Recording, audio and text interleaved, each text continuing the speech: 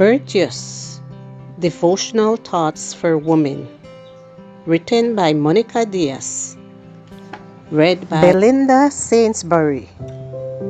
Pleasant good morning, dear friends. Today, November 13th, our devotional is entitled, Giving It All as If It Did Not Cost Us Anything. That is what I consider true generosity. You give your all, and yet you always feel as if it costs you nothing. Simone de Beauvoir. When consulting the etymological origin of the word generosity, it's interesting to find that it comes from the Latin word generositatem, which means a noble lineage. It is evident that in former times it was expected for people of noble birth not to limit themselves to simply dressing in fine clothing and having a dignified bearing, but to also be considerate with those who belonged to lower social classes.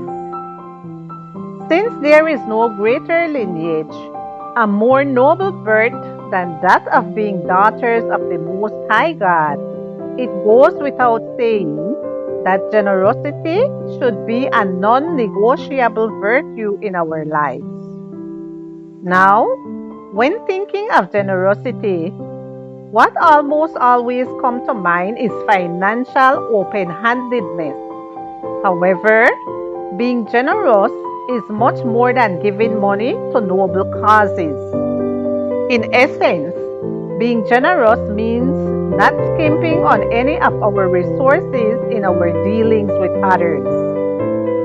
Those who are generous share their spare time, and those who need human attention and touch, they give credit to whoever deserves it without wanting to grab all of it for themselves. They forgive others as they were forgiven by God.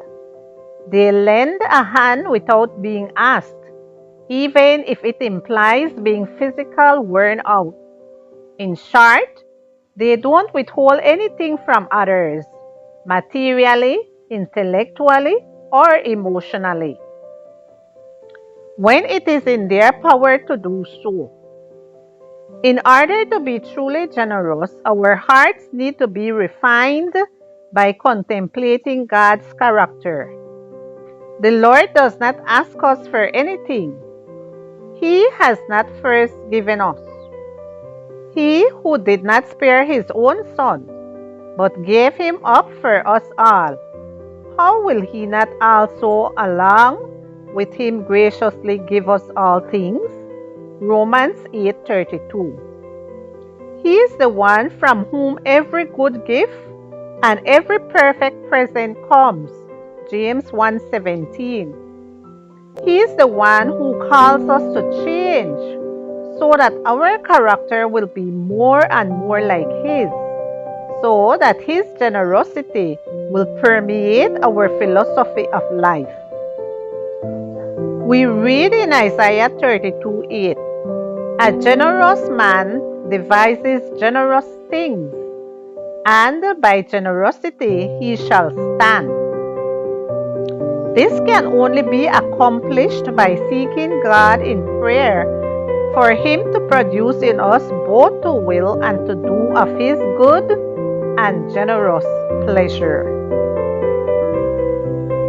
That you may be sons of your Father in heaven, for He makes His sun rise on the evil and on the good, and sends rain on the just and on the unjust. Matthew chapter 5, verse 45.